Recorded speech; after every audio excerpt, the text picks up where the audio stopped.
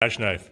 Well, I was doing my early morning pasture check and found a cow and a calf standing really with the rest of the herd on the feed ground. And the calf was laid out flat. I thought it was dead. I went up to it, and sure enough, it still had some breath in it. Its head was thrown back a little bit, and its eyes were kind of glassy and rolled back.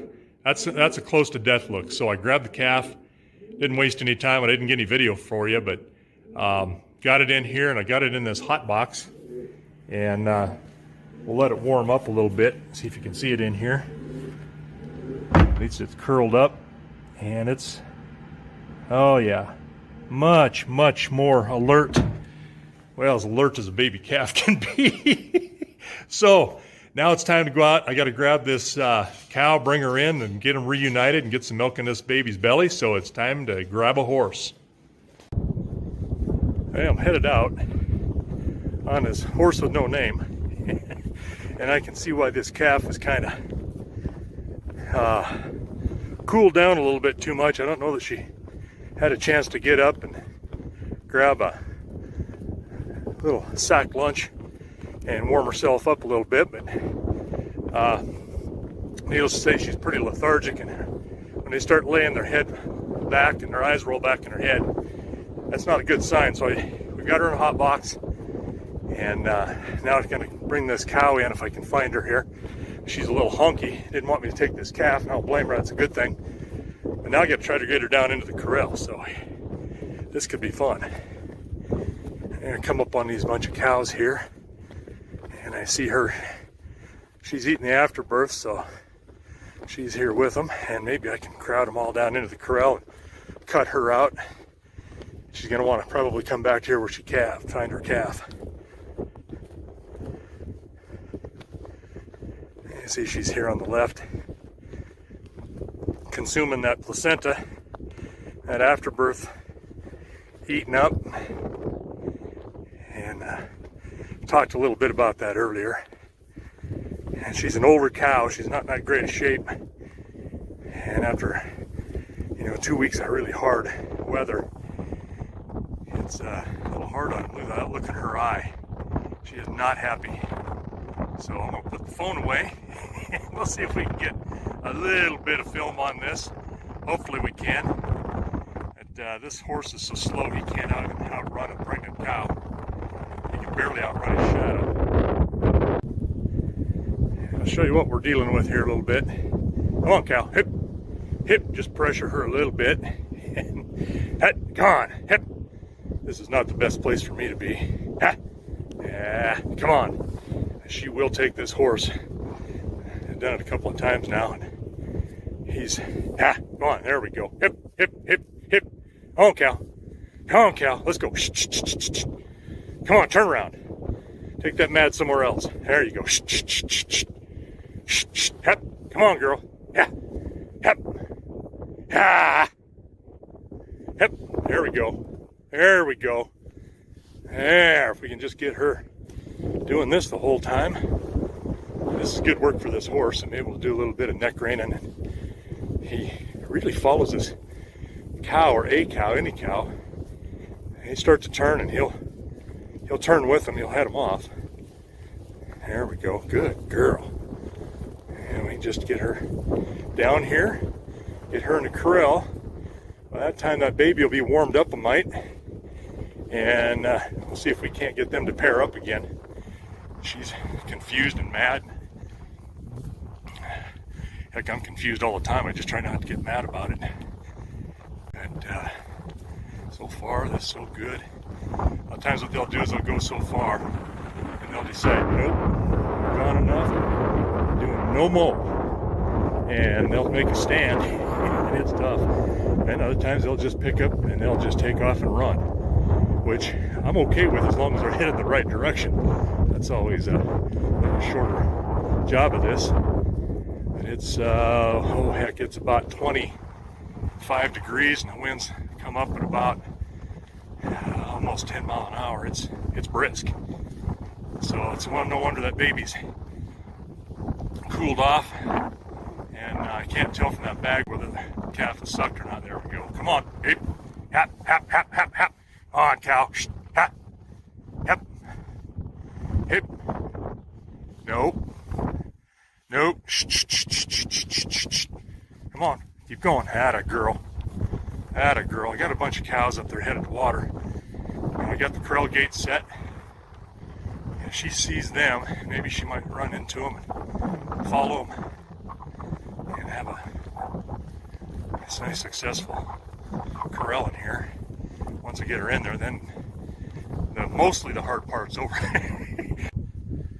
Alright, we got her successfully in the corral and cut her away from 2 cows coming in and left her with 1. I'm alright with this other cow being with her because she's got no calf yet, so we're not leaving a calf alone out there. But a lot of times it's easier to push 2 of these animals together than it is to do just one, so I'm going to kind of use her as a tool if I can.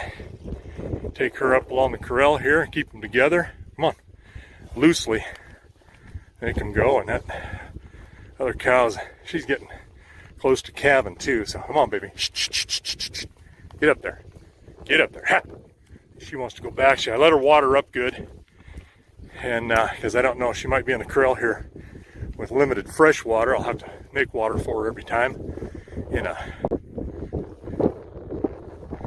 nice trough, but it's always, they always like it better out of that spring. I don't blame them. She's headed the right direction, so maybe I'll drop this other cow and get her to go up into this other pen nice and quietly.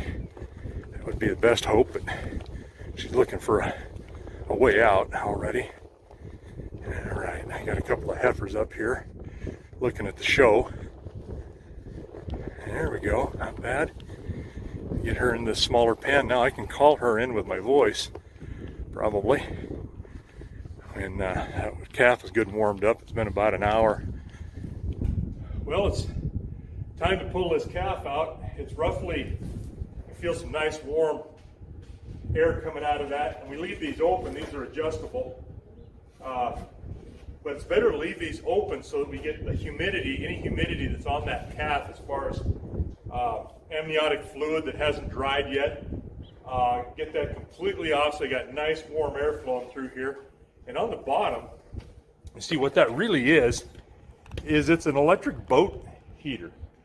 And just a great big hair dryer that sits down in there. I can pull that all out, clean it, and then have it ready for the next time, because you want to keep things nice and clean. But I got the cow in here. I'm going to open this gate, pull this calf in, set her in there, and then call this cow in, and hopefully everything's going to be all happy. See how this calf looks out. Oh yeah. Boy, you are warm. You are toasty warm.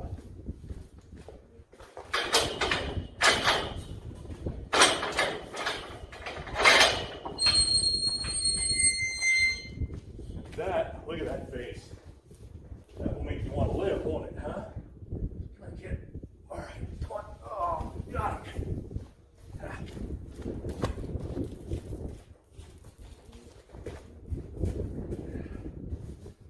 All right, I'm going to set this calf here.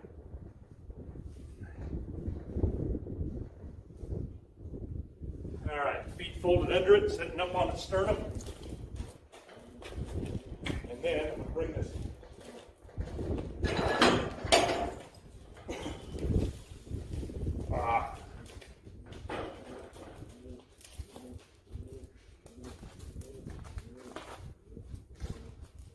Oh, come on, baby.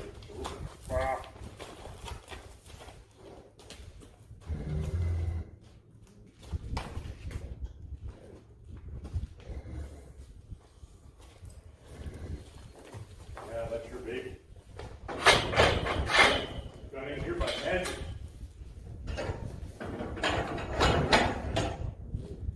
There we go. And we're just going to let them kind of stay together for a little bit. She's talking to it, if you can hear that. And we'll give them a little bit of time. Let this calf get up. She's probably hungry, so we'll see if we can't get a mouth on a bag and get some milk down that Gulliga zipper. And that calf is starting to shiver again because I've got her in, not in that hot box.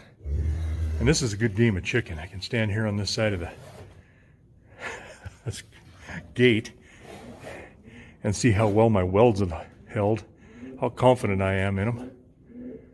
But I may have to get this calf on its feet, or try to, and get it to latch on. I don't know how long if it's been up much.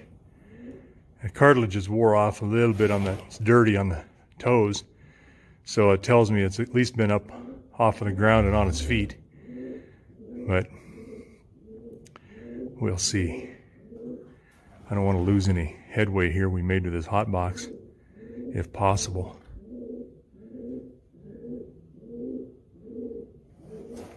Get that kid up. Come on, get her up. Get her up.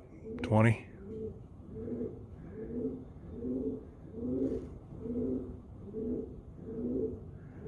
And she is just honky enough that I don't really want to crawl in there without having a good escape. I've got a panel I've got on the side here that I can push her back maybe and get that little one to stand up. I was hoping maybe she will. There she goes.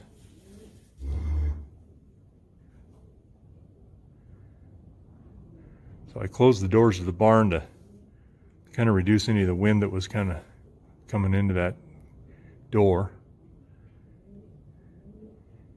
Just helping them out. Come on. Sometimes this is frustrating.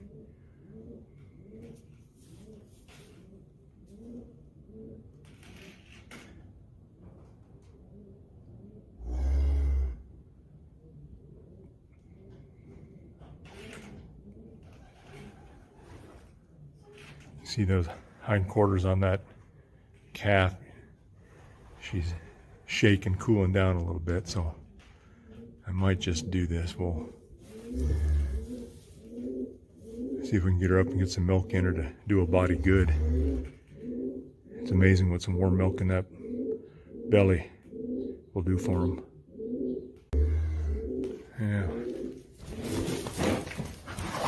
Yeah, that's less than optimal. Hey, get back. I'm pretty brave when I got all that pipe between me and her. All right, I'm gonna see if I can kind of move her back.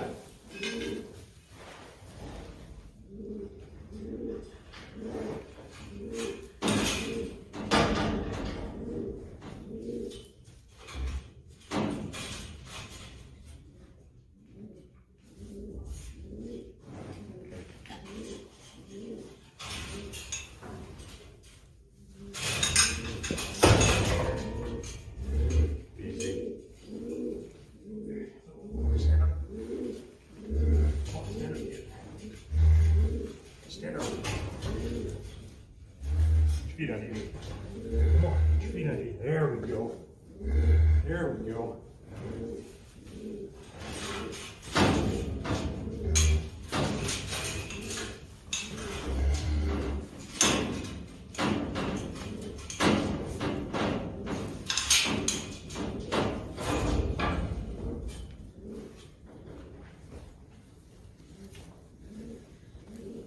Yeah, just getting them on their feet.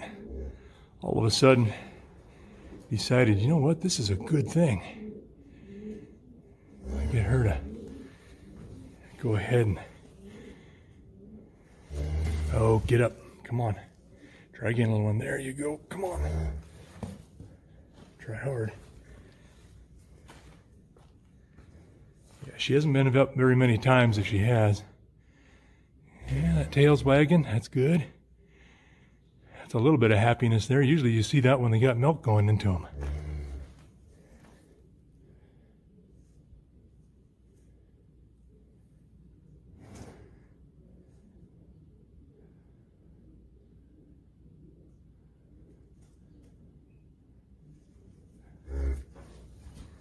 Okay, there we go. Get that cow to back up a little bit. Let her come to her. Ooh, stand up, little one. Yeah, we just about lost this one. We're not out of the woods yet. Oh, I can hear some nursing noises.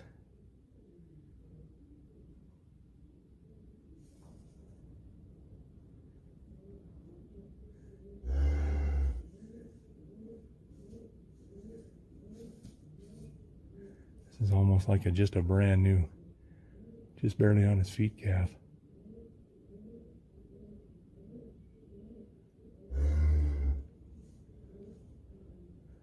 As that cow's licking her hind end, a lot of times they'll, just doing that will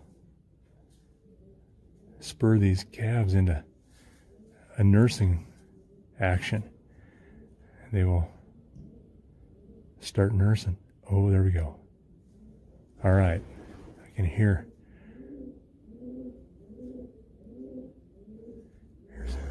I hear her sucking a little bit. So we've got some success here. So what we'll do is we're just going to leave them alone. Let her fill up. We don't want to have this cow come running at us anymore. So we'll check back on them and see how they're doing here in, 4 or 5 hours. All right, we got about, 4 hours, 5 hours later. And this little heifer has nursed about 3 different times. And I just saw her bed down after she got done nursing and was bucking and playing and running. So I'm going to attempt to stick an ear piece in here in her. Nice and quiet in front of this cow. And then we'll turn them out.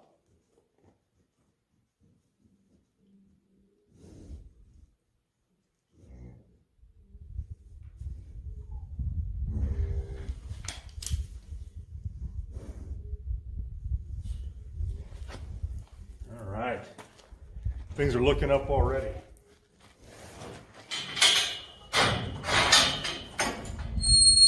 I'll let her probably pick this calf up, take it outside, and we'll just keep it in the corral here for a little bit and see if we can't observe it a little bit longer, make a few more attempts to have it nurse, and we'll be able to kick her out, put her on her way out in pasture.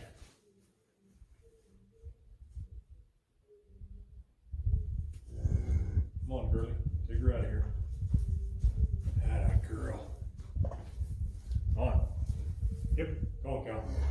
Come on, cow. Shh, shh, shh, shh, shh. Come on, cow, let's go. Get out of here. Go on. Go on.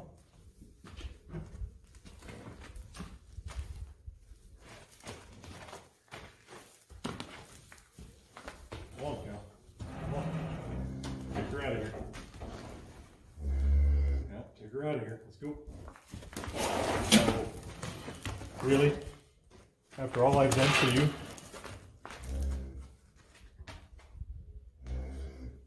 I'm grateful. Come on, get her out of here. Let's go. Go on out of here. Get out of here. Come on. Come on. Get out of here. Get out of here. There we go. That baby lined out a little bit. Headed the right direction.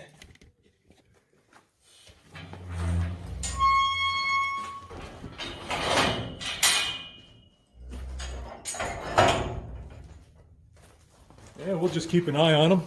Leave her out here in this corral a little bit. And that way we can, again, just kind of monitor and intervene if we have to. But I'll bet you by this evening we might be putting her out to pasture. Thanks for coming along, everybody.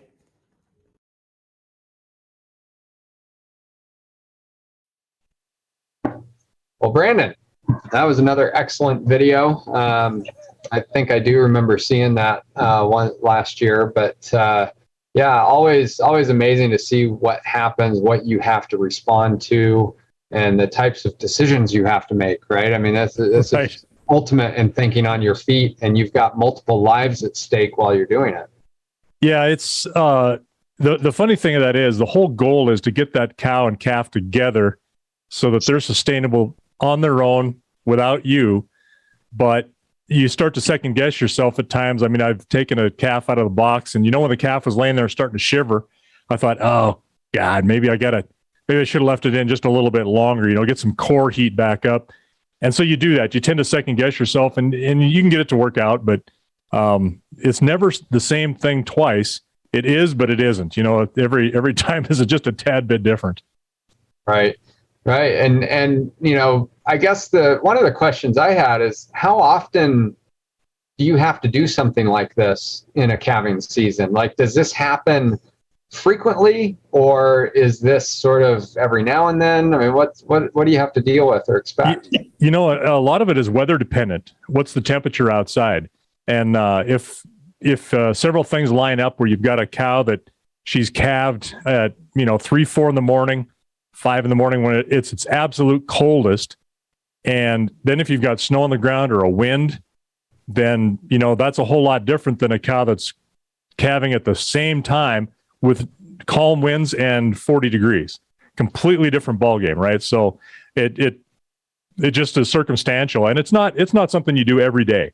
Thank goodness. I mean, that's you want these animals to be able to make it on their own and have some toughness to them. Be able to live through that sort of stuff. I mean, that's what makes good, strong genetics. So you do the best you can with those that need a little bit of help, and then hope you don't have to do it some more. We go through all of the prep work and hope I never have to pull a calf or have anything go wrong like that. But you prepare for it, because it can happen. I think that happened. I think last year I had a set of twins that had to go in the box together, and then that one, and we might have had one more at the most. But that was that's not a way outside of the ordinary for a year. Just having 3 or 4 of that happen. Part of that is because of the time of year that we also calve. We don't calve in January or February. We're waiting until the first part of March, mid-March, when most of that really severe cold weather is past, or if you do have some, it only lasts for a couple of days. Yeah. Well, and I know you've talked about this before, but the whole timing of calving season is also related to the time of market season, and when you're ready to go through that process. And so what you've described in the past, I believe, and maybe you can remind us, is that for your operation and what you've felt is successful, is that doing it a month earlier isn't really adding that much to your bottom line, basically. Yeah, when you've got let's say you've got a lot more severe weather from mid-February or early February, and January and February is our cold months here. That's the absolute bottom end of our Fahrenheit scale, what we're used to. And so if you've got a cow that's just eating hay and a calf that's sucking on her and drawing milk, and she's producing milk, it takes a lot of energy to do that, and she can't graze. So in a way, that calf they're growing, yes, but they're also spending a lot of energy trying to maintain some body heat. So, they'll gain a little bit, but I don't think it's worth it for the chance that you have of losing some calves. When they die, now you've got a loss. You don't have any profit at all or any gain on them. So, it's just one of those things that it's, if we had indoor barns that were able to keep everybody inside that needed it for an extended period, that'd be okay, but you're still feeding hay. You're just beating the temperature, or trying to keep up with temperature with your body heat and the metabolism that way. But again, how much money does it take to put that barn up and maintain it? And so it's all, nothing's free. You don't get a lot of advantages for free. Right. Now, so you said you might have to deal with, 3 or 4 of these types of challenging situations, maybe. How many, like percentage wise, how many total calves do you tend to get in a year? I know that varies depending on the size of the herd, but example of last year versus what you're expecting this year. Yeah, well, we sold a lot of the older cows because of the drought, grasshoppers. We had to liquidate, and a lot of other people did the same thing. But what we did is we decided to take a gamble and keep some replacement heifers. So we kind of just spun our wheels. We're about the same numbers we are this year as we were last year, and then we'll increase back up again. But like right now, we're right at 70 head to calve out, which is less than, we should be up there around that 90 head mark, but we'll just have to keep coming back a little bit. And then I don't plan on keeping any replacement heifers these next 2 years at least, so that we're not holding animals, having them cost us money and maintaining them until they're able to breed, because our overall cow herd is a little bit younger. So we don't have older cows to replace because we liquidated them last year. So that should help us a little bit if the markets are good, we hope. Wow. Yeah. Well, I mean, to me, that just all sounds like a whole lot of work. There's a lot going in. It's a lot of, yeah. And there's a lot outside your control too. I've said this before, that if you're say a silversmith, and you've got materials, you've got your labor for your time and your expertise in what you do. And then when you have a product for sale, you set your price above what it costs you for your materials and whatever your time. We don't do that. We can't do that. We don't control that price in that market. So we are at mercy to weather, and which is directly affects the cost of feeds, which then more weather, which affects how, robust your cows are, and what your calf crop is going to be and what your losses are. And then you go into the time when you have a sale time where you don't control the market. You get what's given to you. And local guy here just did a thing on the local paper explaining some of these things and the markets the way they've been. And he said, and I think it was beautiful the way he said it. He said that working in the cattle business or agriculture is like going into a poker game, that's fixed, but you choose to play anyway. And he's right. Yeah. Well, I mean, my hat's off to what you do. I mean, I know just a small taste of the amount of work and coordination, and definitely getting a window into what you guys do as a family ranch business and everything. I mean, it's absolutely phenomenal. I did want to introduce everyone, and you as well, to someone new here at Dunrovin. We've talked about her for a while, but her name is Lexi. And Lexi, welcome. Hi, Lexi. Thank you, everyone. So we're here in the ranch office together, so forgive the small impromptu tech issues here. But anyway, Lexi actually has a background in cattle. I think maybe describe what little tiny cattle. I grew up on my parents' property in Florida, and they had a couple of cows growing up. And so my dad had a really good friend that would bring over some cows just to have some additional grazing land. And cows are my favorite animal. And so when I was a kid, it was the most exciting thing in the world to get these cows on our property. And we were fortunate enough to get a bunch of pregnant cows. And so I got to meet all these little babies come March and April. And it was so exciting just to see them be born. So I've been so fortunate to see, calves be born. It's one of the most exciting things. And I didn't realize when I was a kid how lucky I was to see that. Right. But what is it that you like about the cows? I just love them. I don't know. You just because that emotional type of connection with the calves when you were a kid, maybe? Is that it? Yeah. I mean, I always really liked the moms and how they acted about their babies. If you came near them, because we weren't operating a formal, ranch. This was some backyard cows, right? And so Sure. to experience the moms being so protective of the babies was just this really cool and intense experience. Do you remember the breed of the cow? What were they? What did they have? Different ones. They were all different. There was like a Brahma, and there was an Angus. There was I don't know. They were all different. Like there was a red one, and then there was a speckled one. Just a little bit of everything. Well, I can tell you this.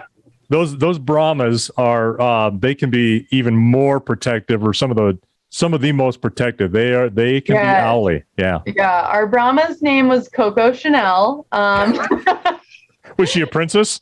Yes. She was beautiful. And my parents still have Coco Chanel.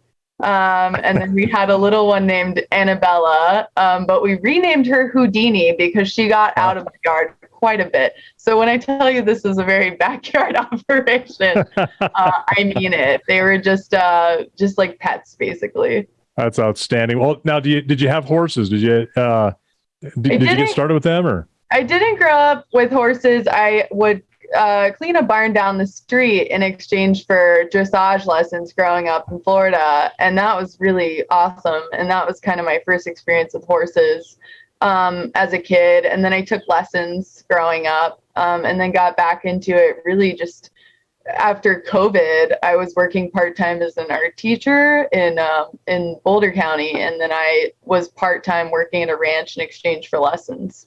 Okay. Now, what many people may not realize is that the state of Florida, I think, has the highest population of horses of all 50 states. Yeah, so a lot of horses Ocala has all those race horses, and I grew up in a town right outside of Ocala, so they have a lot of beautiful horses. We never owned any. We owned cows, and I was okay with that. I was okay with the cows, the dogs, some chickens. But then I was fortunate enough to rescue my own horse this year. Oh, good. Now, did you bring it with you to Dunroven? I did. You're going to meet him. His name's Laredo, and we believe he has a background in cows. So he likes biting cows. Oh, so he's like me. He likes them rare. Yes. Likes them eat. Yeah. All right. A good vet could save them. Yeah. Yeah. That's awesome.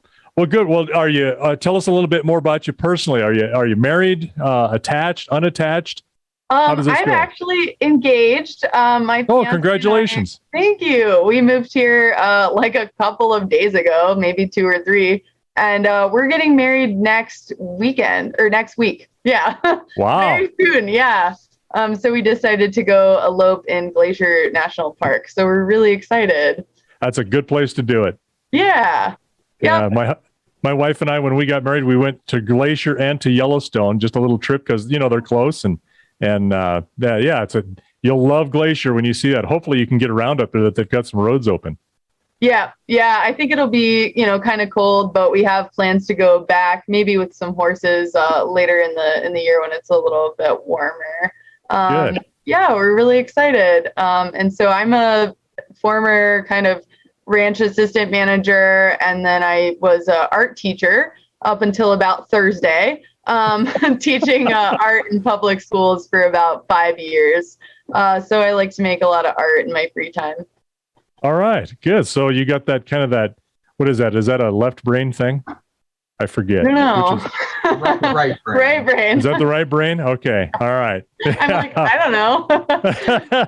I don't know. I just do art, right? It's the only brain I know is the art brain. Oh, that's funny. Well, I got to tell you, if you come here, you'll find that I use people with half a brain too, and I don't pay them. That would be me. Yeah, that's how you get tricked into being in the ranch world. That's right. That's exactly right. Well, outstanding. What's your future husband? What does he do? His name's Matt. I wish he hadn't asked because I have no idea. He does something online with computers. he's okay. So is this a whirlwind relationship we're talking about? No. Okay. We've been together for 5 years. You told me you met him online last week, is what you're trying to say, right? I've actually never met him, and oh, that's funny. We're gonna meet in Glacier. No, we've been together about 5 years. We met in Boulder, Colorado, and coincidentally, we went to the same college in Florida, but we didn't meet in Florida. We met in Colorado.